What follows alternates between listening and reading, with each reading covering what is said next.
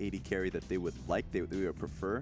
They have the AD carry preference. Not going to happen this time around as 3 AD carries ban comes through. Caitlyn, Ashe, and Varus. A lot off the table, and to be honest, those 2 AD carries will be big players in this matchup, so it does make sense that we see that priority towards EDG.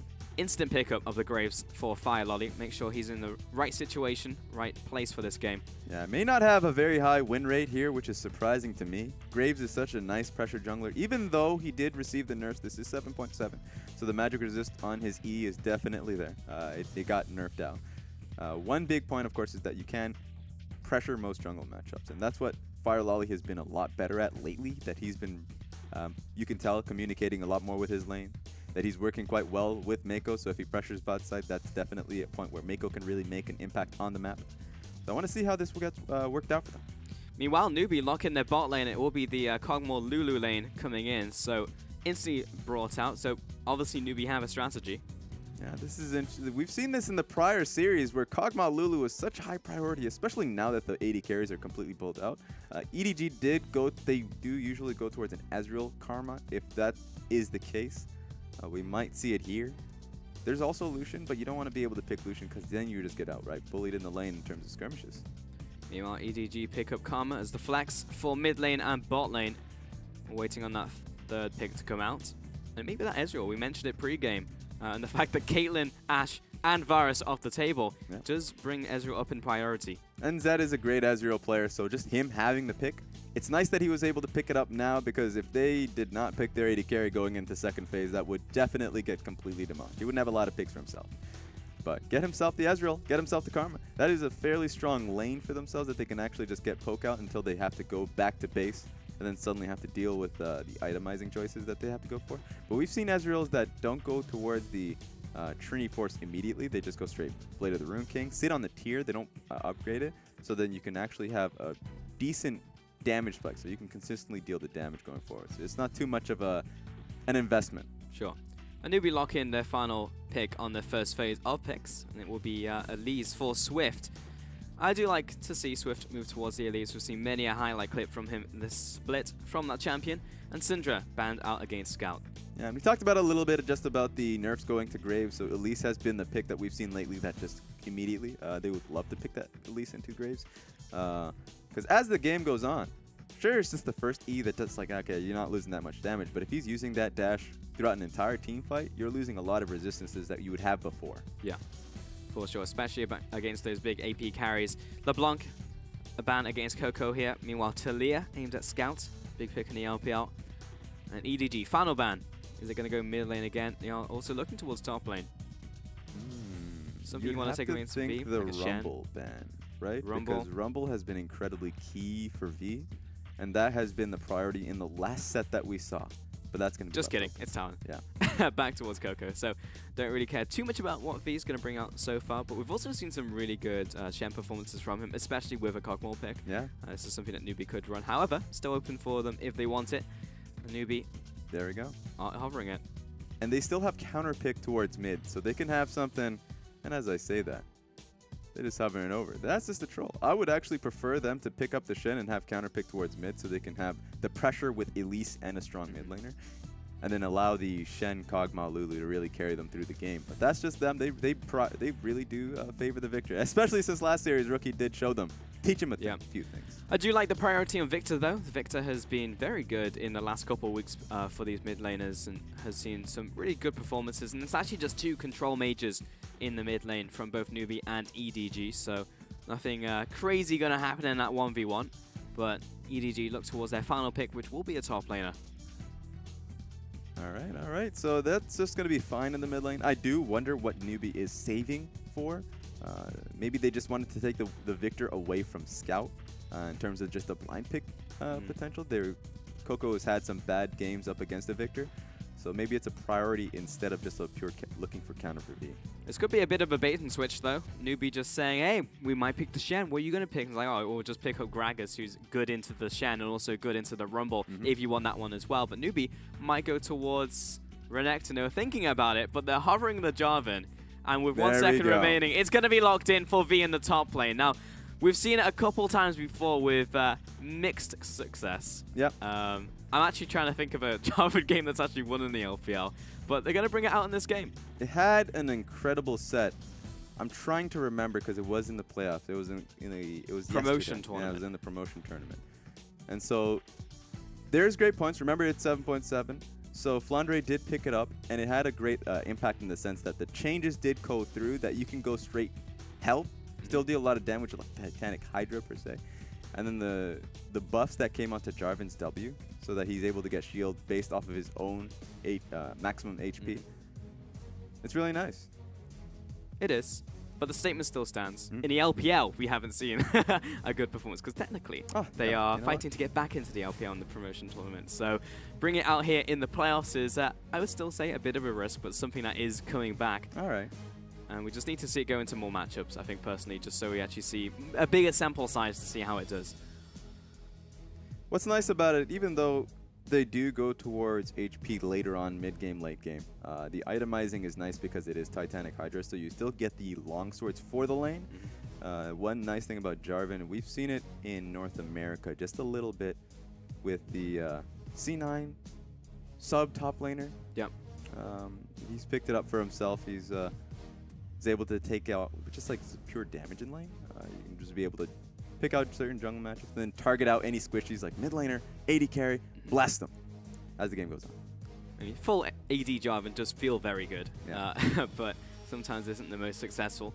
Regardless, we did have those full compositions, as we'll be seeing these two teams go head-to-head as Newbee and EDG. And coming into the day, you'd usually think that EDG should be a whitewash. If you saw this during the regular season, we'd be like, this is an easy 2-0. I'll go away, go outside, hang out with my friends, come back, and it'll be like, yep, as predicted. But this could be very different, as it is a best-of-5 and the playoffs. So much coming into this game as we head onto the Rift here, Raz, for EDG versus Newbee. You can even hear the fans. It's been a long day for them, Raz. It has. This is what, hour 9, hour 10? The fact that they've stuck around, and of course you people, the English viewers out there, congratulations. Pat yourselves on the back. Yeah, you deserve it too. As we head into this best-of-5. And technically, we're halfway through the day. So technically. This could go on for quite a while. Anything could happen. It could indeed. And let's take a look at some of these Keystone Masteries. So, Wind Speakers on Lulu. It is either that or Thunderlords. Anything else interesting? Interesting to see that the has gone for Grasp, for example. Yeah, that's true. I would say Thunderlords on the Viktor. We've seen the Deathfire touch more so on the Victors lately, but this time around he's going to be able to trade through lane. He's going up against a more passive pick in the Orianna. Yep, so less interactive in that mid laner, rather, than we may have expected, since Coco up against Scout. Scout has been known for getting some of those solo kills during the split, but less likely. He's definitely been a major power point for EDG. In times that EDG has had some tough routes. Ooh, this is going to be interesting though. Coco's coming in from the side. Mouse will block him off, and somehow that body slam hits. V comes out here and just kind of bops Fireloli on the face. Spike comes down, Fireloli secures the Raptor. Swift will be behind in his early clear. Yeah, they were prepared for it, but they're not going to be able to do much because EDG did use their top laner, and of course mid to just secure that. And this is something that now Fireloli, he's done that for himself, like in the later portions of the split. If he gets that lead for himself, he's going to be able to just look to constantly engage. So it's good that he has technically winning lanes in both mid and bottom lane. He wants them to go look out and push. He's going to be able to secure his own Raptors, hopefully, after he's cleared out topside. And then just look to track Elise. That should just be his game plan here. Pretty much the goal, because EDG do want to scale up a little bit here, getting into those mid-game skirmishes. Meanwhile, Swift, those earlier ganks, you'd have to assume onto topside, mid lane. Try and get this bottom lane to work as well, because we haven't even touched on the fact that LWX is on Kog'Maw with more on Lulu, and LWX was a force the other day up against IG. Yeah, an incredible performance, back-to-back incredible performances, honestly. So now he's on this pick, which does kind of put Newbee in this do-or-die situation. However, it's more likely to be lit because LWX has shown his prowess. Yeah, he's a very confident player, and so once he starts to gain items, you'll start to see it in how he plays it. A little bit risky. But that's something that Newbee has kind of used to their own advantage, where sometimes, yeah, sure he does.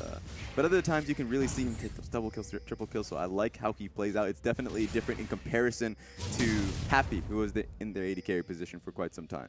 And so he's was primarily, before he was in Tanchisat Gaming in the LSPL. Yeah. But once he joined this roster, he didn't have that many positives. But you can definitely see once he got that stage presence, once he was able to be there for a lot more time, was on stage with more often, that their 2v2 has gotten significantly stronger. Changed man. Get to see them once more in this bottom lane. There is a slight CS advantage to Zet at the moment, but there is a minion wave resolving, and oh my, 84% to EDG, and it makes sense, you know, like Newbee perhaps they got a lucky set, and IG maybe weren't performing, and they definitely worked in some aspects, but they were trying their hardest, and Newbee still brought it to them. So I feel like that's maybe in actuality it could be a more even series, but for now we just have to wait and see how this first game turns out. For now, these lanes are pretty even. And that's something that's always worth mentioning, is that EDG, sure, they have the fans because they are a popular team. Popular based off of the constant success that they've had in the LPL for years and upon years. And this time around, sure, they don't have the recognizable names on their roster. A lot of these players are starting to build up a name for themselves. Zet, formerly Cry of Rock's Tigers, not so long ago in their sub lineup. Scout and Fireloli trying to build their own names. Meiko's essentially the only one. You could say Mouse, but it's really the only real name that has had strength on the roster. Here comes a gank coming in from Swift. It's been spotted out by Scout, and he will actually just simply walk away from it. Felt a little bit too easy, honestly. Went for a stroll through the jungle and actually just meet up with his good friend Fireloli. You know what? Go for this invade. So. Oh wow, that's linked up. That worked out nicely. Swift gets a smite this time around. There's 1-for-1 on those Raptors, but Fireloli will not be dissuaded. I just see this crab that has been taken out by Swift. We'll continue this invasion.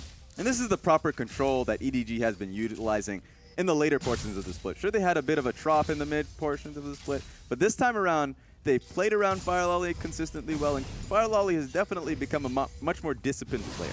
He doesn't have to be a constant pressure point for the lanes, especially if they can build themselves compositions that they don't require pressure from jungle.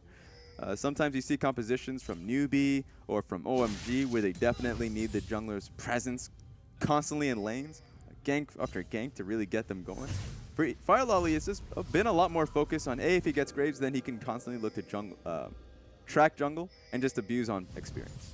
I feel like Swift may be a little early to the party, honestly, in bottom lane. He's going to be sat here for a while as Mora is still walking in. Yeah. You never want to be too early. There's such a thing as being fashionably late. Maybe. Swift is still coming in, misses the cocoon, and will back away. That was a little risky too because of the incoming wave, so it was he only had a small window. Meiko and Zet knew of that, so that's just going to miss. Thankfully, he wasn't waiting too long. Yeah, it's okay. He more was making tracks to the bottom lane.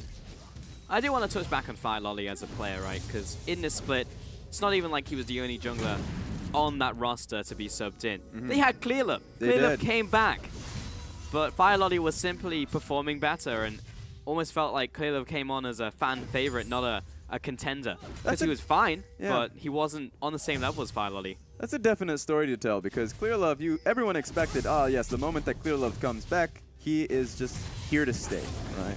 That Clearlove has always just been known as the best jungler in the LPL. Sure, there's a lot of growing junglers now with people like Condi taking up that crown. But Fireloli is someone who's constantly been growing, has been with the team. And you would say, okay, once Clearlove comes around, that's it. But once Clearlove came in, he was actually fairly passive. He didn't really mesh in very well with the team, but also in terms of just the meta. He was still sticking to that Rek'Sai pick when everyone else was on Graves, was on Kha'Zix. And sure, he kind of made it work, but he still had lanes that were carrying him through. And Fireloli just gives through. He has better communication, you can tell, with his lanes. But also, he's just pressuring much more, and he's just playing the meta picks a lot better.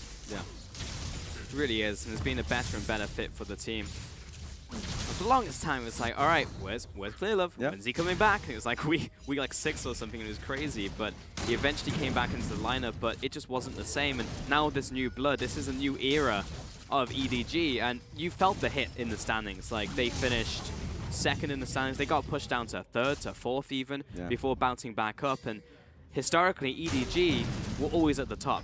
They hadn't even lost a domestic best-of-3 in a year and a half before they did, and that was very early on to the split. So it's a different team, it's a different era, but they're still strong. Yeah, they've been definitely racking up losses, and it's sure they're a team that... Oh. All right. It looks like, yeah, Graves has blue buff for himself here. Yeah, it looks like Fireloli just took that away from Scout, and Scout did just go back and pick up the lost chapter, so he might be saying, hey, nothing's happening in mid lane.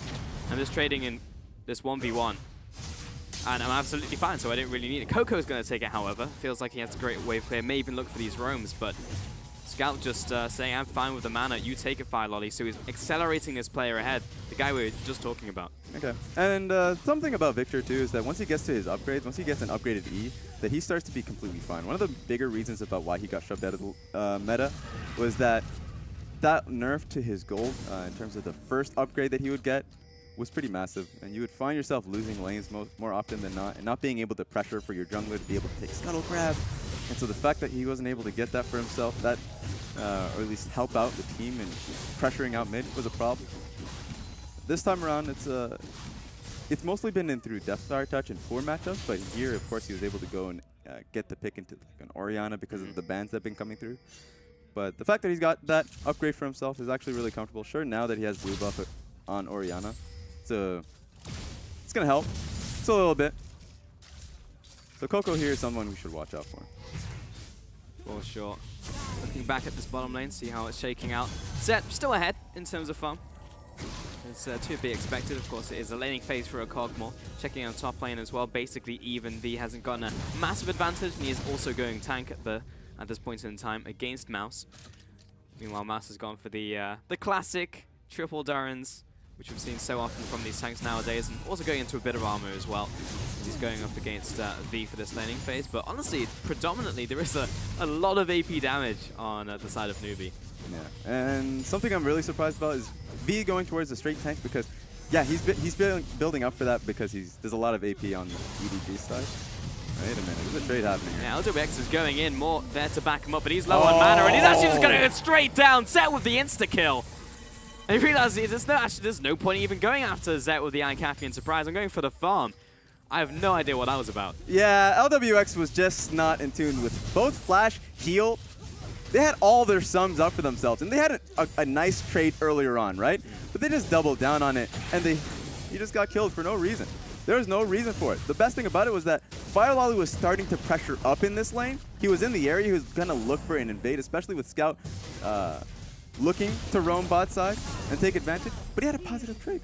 You could have used that, pushed them back, and had Elise there to defend. In fact, Swift was there for that very reason. So that's a major loss coming in. And LWX, we talked about him being confident. That was just not thinking ahead for him. Yeah, it was also 100% on him and nothing towards Maw whatsoever. I'm pretty sure Maw didn't have mana for his ultimate. I'm pretty sure he was underneath 100, so he couldn't even use it, so he couldn't save LWX. Didn't use either of his summoners, and was in too deep by the time he realized he was losing the trades. So a rare misstep from a player who's honestly looked better and better through this split. And that's going to put Newbee on the back foot heading into this early game. The fact that EDG didn't take the bot lane tower in that exchange was a godsend, honestly. Yeah, but that's going to be the next target, right? Essentially, they might just go straight back into it.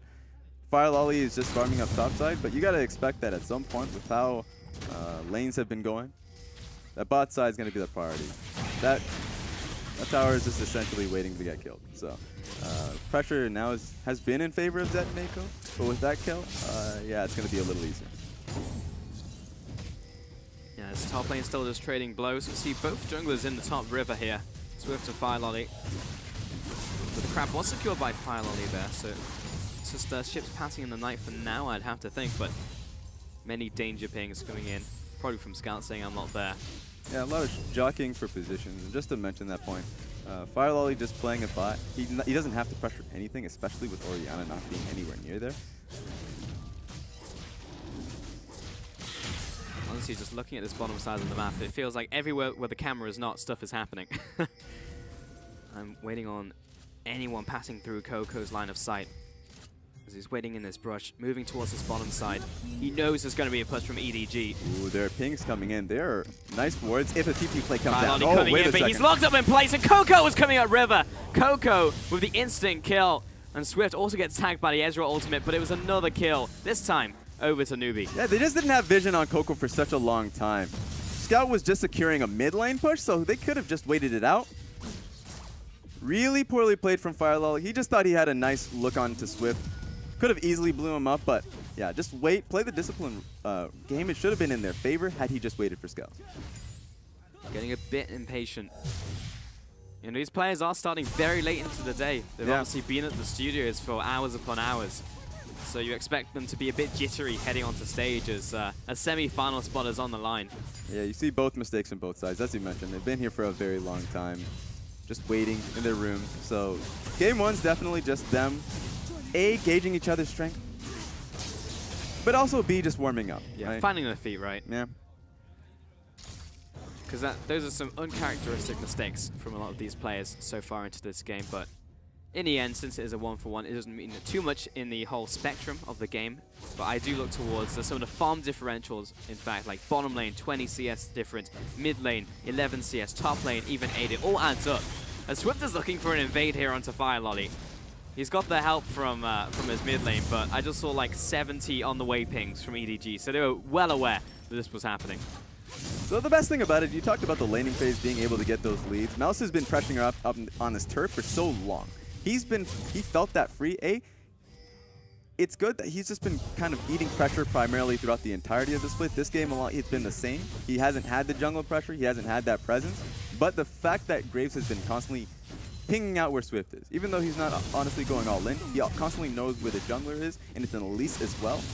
So that's just been helping them out. But Swift, he might find himself something, but he catches out on a ward. So yeah, that play's going to fizzle out. But the fact that EDG aren't doubling down on their bottom lane, just taking out this tower. I mean, obviously Fireloli got caught in the river. He was on his way to the bottom lane. Yeah. Right now he's looking to go elsewhere. Maybe it is because Swift, it's a little too easy to say, oh, well, I know Fireloli's going into the bottom side. I'll just look for the counter guy and can stop you as a 3 versus 3.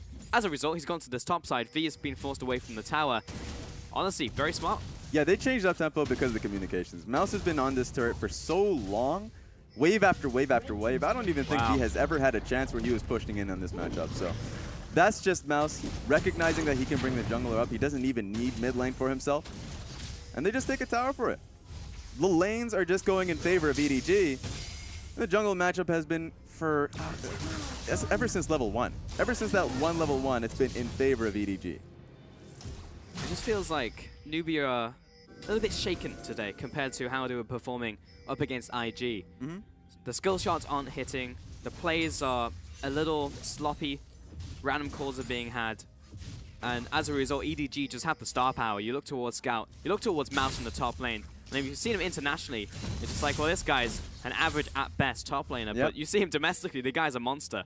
So when you're playing up against these two solo laners, even Zed in the bottom lane, you're seeing these lanes gradually being pushed in. And Swift will find a bead on towards Scout. Meiko coming in from the bot side, looks for the lockdown. This could get turned around, looking for the kill, and there it is. Over to Scout. A flash out of the disco ball as well from Coco. Could not have been played better from EDG. There was just no way out for Swift. Meiko was waiting in Lulu, and on top of that, the TP play coming in from Mouse. There was no pressure coming in top side because he had that wave pushed in, and he now, once he's just taken that gander all the way back to the top lane, he's going to be able to hit that entire wave. So he missed absolutely nothing for that TP. Sure, he didn't get anything out of it. It was an insurance policy, but had he had at least been able to get out of that, that would have been a positive play. So overall, that's just them playing a safer game for themselves. And now, every single lane is losing from Newbee. Like, arguably, Coco is even. Yeah. But everyone else is getting screwed. Top lane got the full tower gold, 650, full item, on his way to his second item as well. Mouse is gigantic. He's not going to die in a hurry. Bot lane, almost taking the tower. Literally could walk up, literally do anything. Yeah. And that's gone. And the only reason it's not down is because Graves is back at base. So even just a counterpoint to that, Newbee, they recognize that they are this far behind. The only thing that they're going to be constantly thinking is that at least they're keeping up in terms of just somewhat competitive in CS, and they have a late game composition that's still to be feared.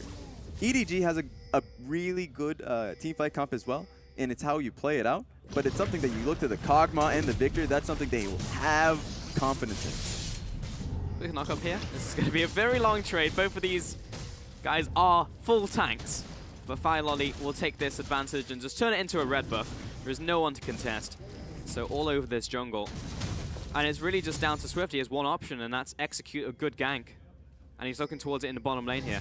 Yeah, some people would think that that top lane thing was Oh, wait, Meiko's going to get cut out. Meiko's just going to straight up face check. He's 100% dead. Tries to flash away, was mashing the button, but didn't happen in the end, and that's just a simple kill to Newbee. Yeah, that was just a major mistake coming out of Meiko and Zed, because they knew that the jungle pressure was topside. In fact, they were playing very well around Fireloli and Mouse. Mouse covering Fireloli and taking that jungler, that red buff. They knew where the pressure was coming from, but they just stuck their head into a bush randomly. Uh-oh. Another flash coming in. Scout locked down, looking for another kill. Shockwave being used, but Repel comes up and Fireloli in this 1v2. He's already used his ultimate, and another kill to Newbee, and just like that, they're coming back into this game. This is really well played coming out of Swift. He's making play out of play. In just a minute, 2 minutes even, A, they get the bottom lane tower, but B, they get 2 kills for themselves. Newbee is back into the game, and it was just a long, hard, fought-out control coming out of EDG. They get these passive lane advantages, and they immediately lose it.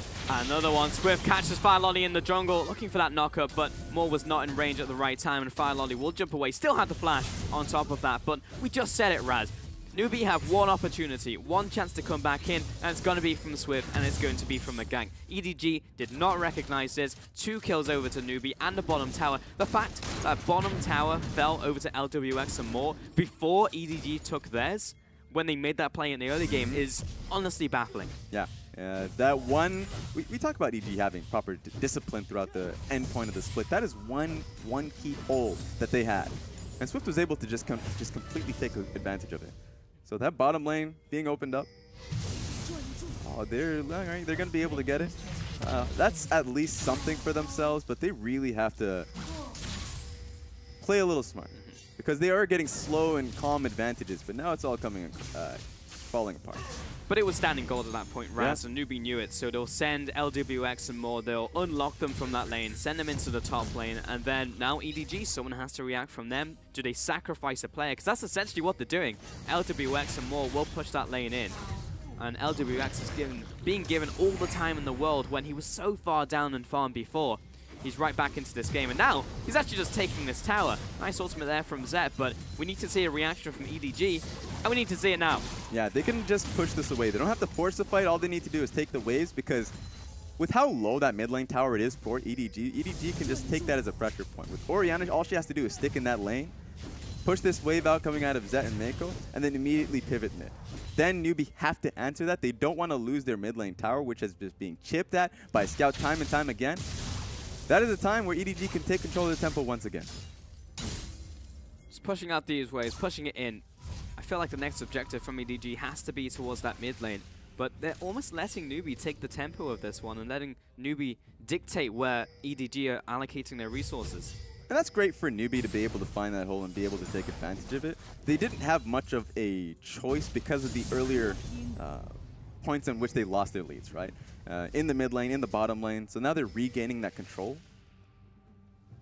They just can't fall once again. So top lane was pushed out. They're already centering around mid. If they can take the control between both top and mid, then Moore cannot walk this way. That's so much damage out from Scout. He almost gets the insta-kill despite Moore the ultimate. Fireloli from downtown. Massive collateral damage for the kill.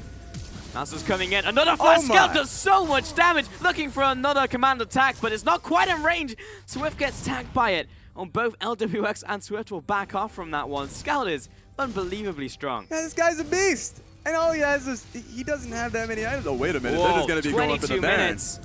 Coco throwing the laser over the wall. Swift knows he's there, but he's chunked, has no flash. It's going to be a one-way trip.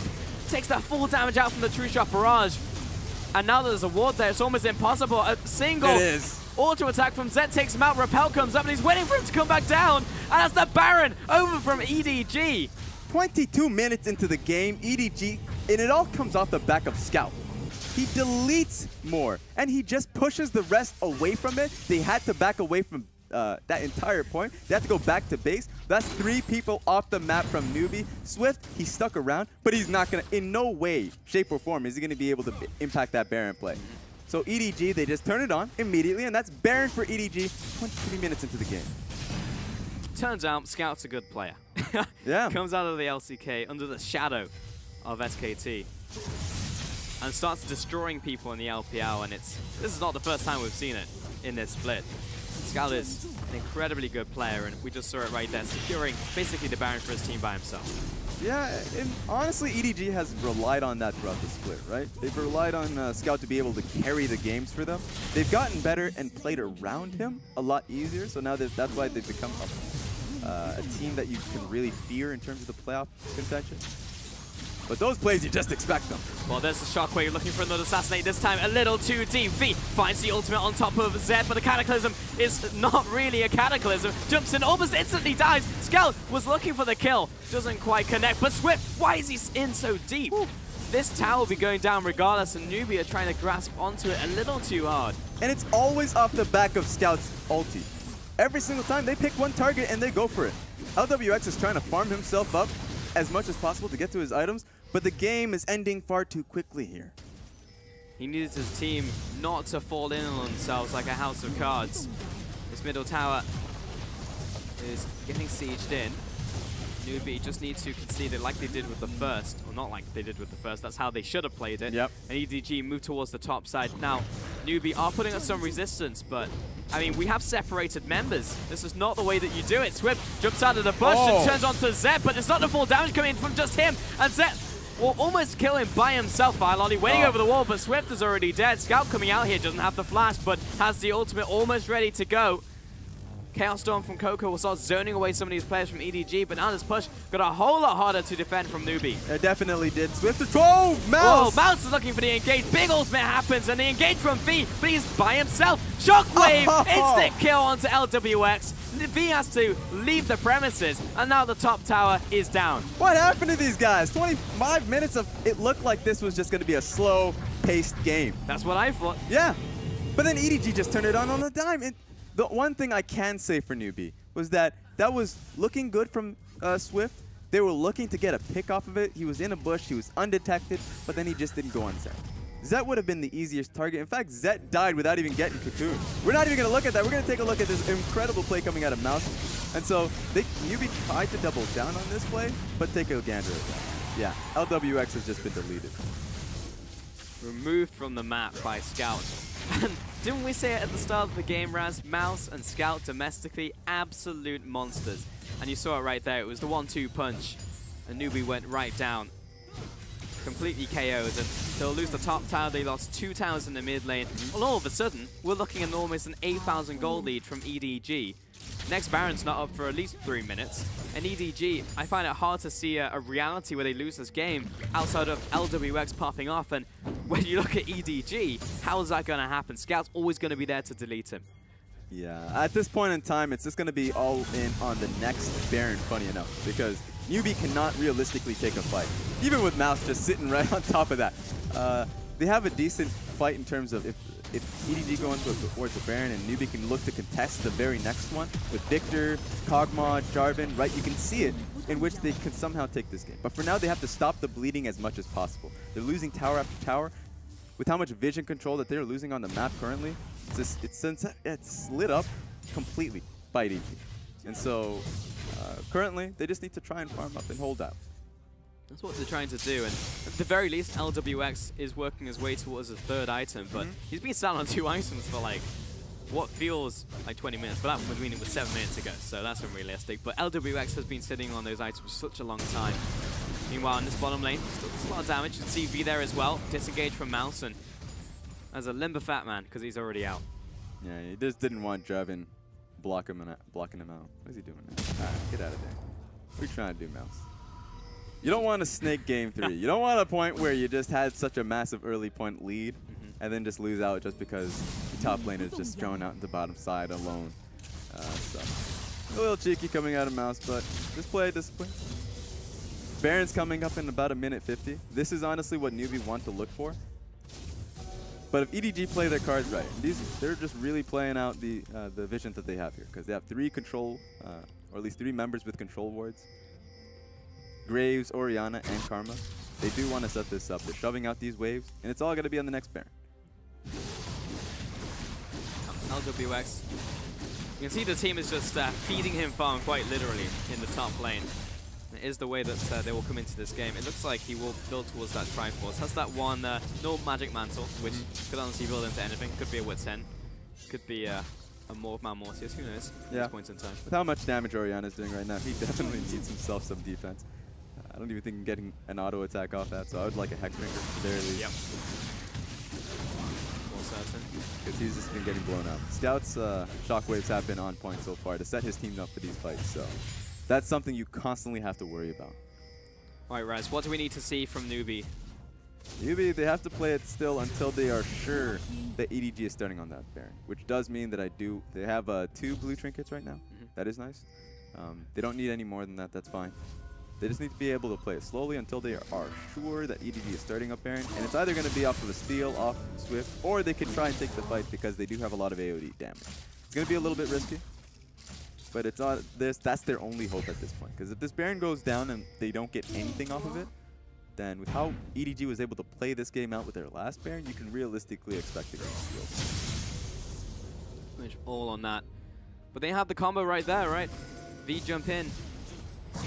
And Coco on top of him with Chaos Storm. LWX was free firing with the Lulu on top of him. The idea is sound in theory, but in practice, way harder to execute. And honestly, V is not even as tanky as they want him to be, because he has that Titanic, he has the Spirit Visage, but my goodness, Ezreal's doing a lot of damage right now in this point of the game, but they're just going to start up on this Baron. They have 3 members into the mid lane, so Newbee, they don't really have a reason to believe that this is being started. I mean, it's being 2-manned by a Graves and an Orianna. Yep.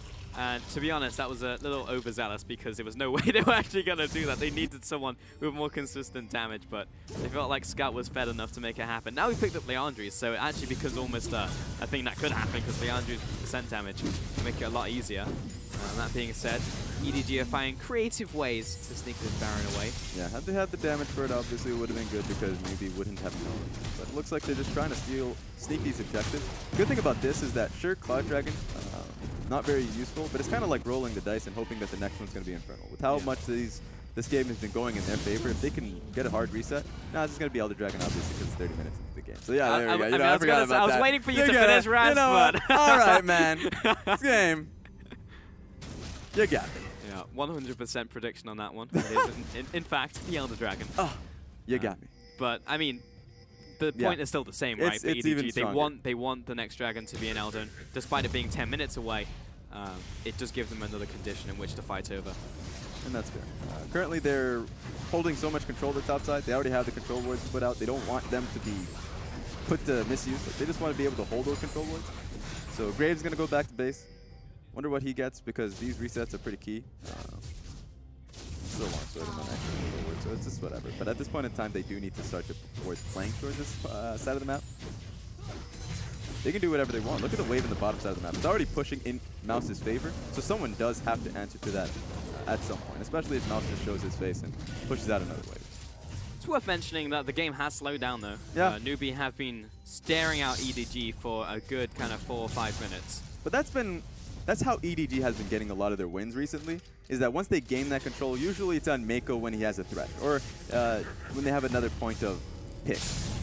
Like an Elise, for instance. They've been running a lot of pick compositions, even with Ashe. This time around, it's a little harder to get these fights. But the control here is as good as it has been. Okay, you know what? Moore's going to stick around. He can chuck that potion. But if they keep poking them out like this, then suddenly someone does need to go back to base, and they can get this Baron there. They are just going to go on top of it. Good blue trinket timing, though, from Newbee. Instantly as EDG starts, so they'll know it's happening. That being said, though, no blue trinkets anymore for Newbee. They don't have any more lifelines for themselves. They could just start on this once again.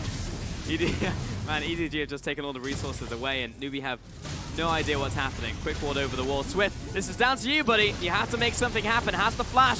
Looking for this to jump in, but it's secured by Scout. A little close for comfort, but still, EDG do secure.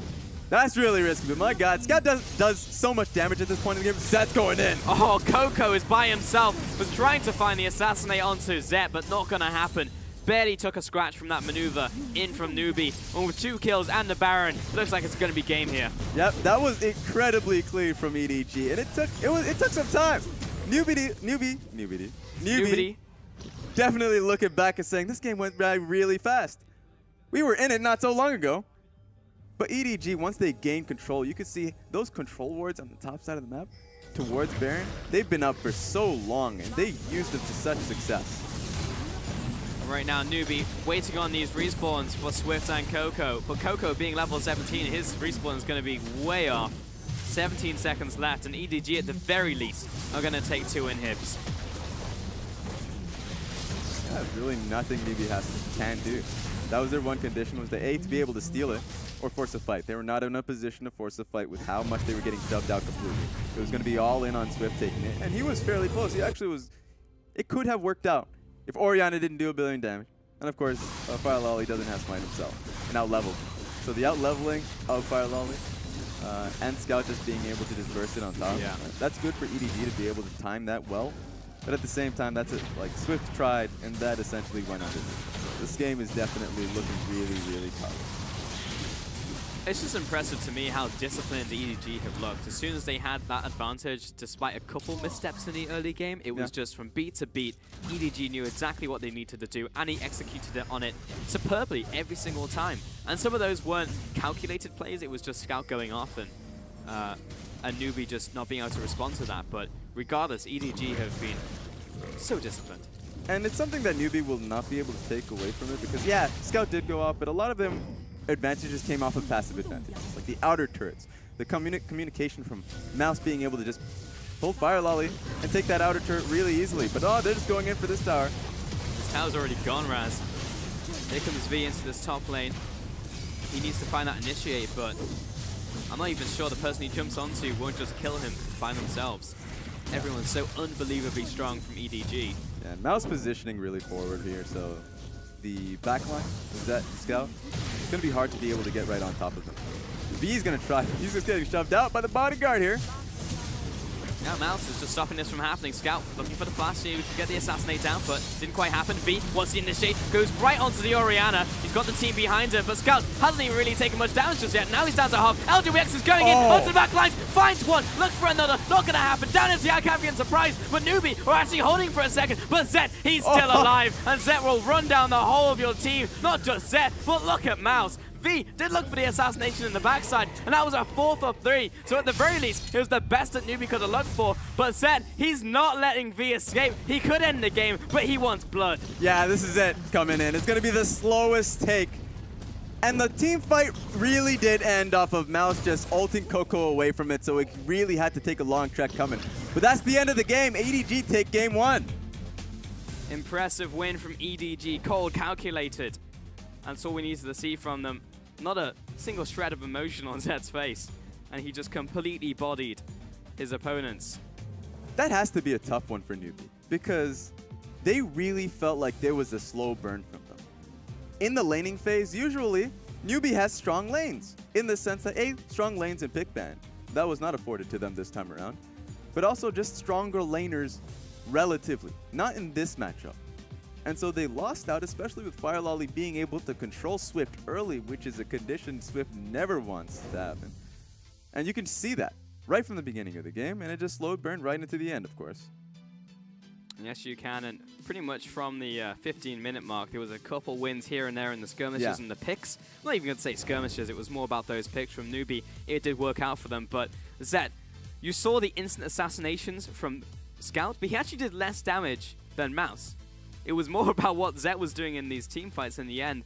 It's a 50-50 though, because what Scout did was secure that initial Baron for the team, and it did kind of explode from there. The dominoes were set up for EDG. Yeah, they both have their different benefits, where Orianna was setting up plays for them so they can get the Baron, but also just be able to pressure forward. He had a lot of positive early game influence, and then of course Zet in the later team fights played exceptionally well. So he's going to be able to do that, especially with the composition really catered to him being that backline damage. There's this play onto the Baron where Newbee were completely starved of vision. Tries to go for this steal. It was incredibly close, to be fair, but it was just instantly timed from EDG. They had the health that they wanted to burst at, and it was nothing that Swift was going to do about it. Yeah, Newbee in no way, especially since they lost their jungler, as you could see. You could see him just going off on this 1v1. Yeah, there's no way they thought they could even take the fight, especially with the lost Baron on that one. Elise is immediately down. Jarvan was pivoting for the fight, but there was no way he was going to be able to take it because he knew that they were far too healthy, and the back line of EDG was in a really safe position. So EDG is going to be feeling really nice about that. They'd much rather get the same composition again. Newbee, on the other hand, they definitely want to change up on that. I think the jungler is going to be incredibly impactful because of how well EDG was able to play around their Graves, especially from level 1. He was able to control his Raptor camp incredibly well. In fact, he went and controlled the red buff, and it was because of that that Swift was able to make use of that and go bot side and take that initial advantage. But Swift does not want to be able to get, like, he doesn't want to get controlled early. That's usually the winning point of Newbee. So that's definitely something that has to get changed. This is going to be a long set. Potentially can go all 5 games, so there is definitely learning points for Newbee throughout the set. So you think it all is reliance on draft, or do we also look at what happened in game? Because it was a lot of missteps in the early game, specifically by the bot lane LWX. That was an uncommon mistake, and we could put that onto stage jitters just because they have been waiting for so long in the wings to get into this game. We saw a similar mistake from Fireloli, but it did not set them up for success in the bottom lane where they were being pushed in. That being said, it was turned around by Swift having a good couple plays. It was just in the end, EDG almost knowing exactly what they needed to do. The fact they were starving out resources from them. So I don't know if it's early game mistakes from Newbee or the fact that they just couldn't play the same macro game as EDG. I think the one thing they will focus on is when Elise did get advantages for them. When Swift was able to go bot side, get that kill, and then go mid immediately and get an advantage for them, they still could not pressure lanes. In fact, they immediately lost top. They immediately lost mid. They couldn't immediately use those advantages because they had to scale up. So that's something they don't want to have happen again. They usually have proper pressure in lanes, especially top lane. This time around, Meiko's going to get that MVP for himself. That's pretty interesting. Yeah, Meiko finds the MVP here. He did everything he needed to. He supported incredibly well, had those good rims in the early game, supporting with the vision. Yeah, and 91% kill participation is something that he's going to like. I think that Meiko he's always been that player for them. In fact, he made a play happen towards the jungle. This is it, actually, where he's able to come in and get the kill onto Swift. The TP comes through, but that was just insurance. Swift is dead nonetheless. It was going to happen, so Viktor had to walk away. So that was a positive play he made. But we did have a lot of positive plays coming out of the mid lane and Scout. And so, of course, out of Zet, he had a lot of plays that he went in. And I guess it was a team game. A lot of them got a lot of incredible advantages from themselves, and they showcased it through the game. But I would have given it to Scout. Yeah, for sure. I mean, we look towards the damage and what, 10k on Orianna? But the fact that he was nuking people down, the times that he did hit, he was getting those assassinations. He secured the Baron basically for his team multiple times in that game. So it felt like he was deserving. But regardless, Meiko will pick it up. We are going to take a quick break before we head into Game 2.